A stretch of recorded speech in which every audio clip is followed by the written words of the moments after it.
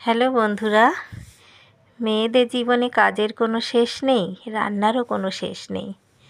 তো দেখো, আমি কুচো চিংড়ি মাছ ভর্তা করব। চিংড়ি মাছটা জাল করে রাখা ছিল আগে থেকে, তো আবার একটু আমি তেলের মধ্যে নিয়ে হালকা ভেজে নিলাম।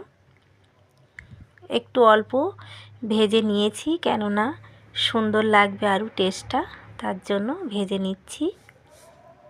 দেখো, তুলে নেব, ভাজা হয়ে গিয়েছে, তুলে নিচ্ছি।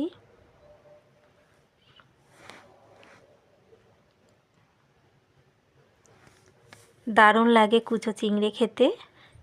দেখো, এদিকে আমি পেঁয়াজ কুচি, লঙ্কা, লবণ, সরিষার তেল সমস্ত সব উপকরণ দিয়ে আমি এগুলোকে ভালোভাবে মিক্স করে নেব।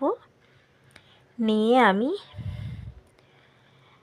একসঙ্গে সব উপকরণগুলো ভালোভাবে একটু মাখিয়ে নিতে হবে। নিয়ে আমি ভেজে রাখা কুচো চিংড়িটা দিয়ে দিলাম। দিয়ে ভালোভাবে আমি চিংড়ি মাছটা দিয়ে মিক্স করে নেব।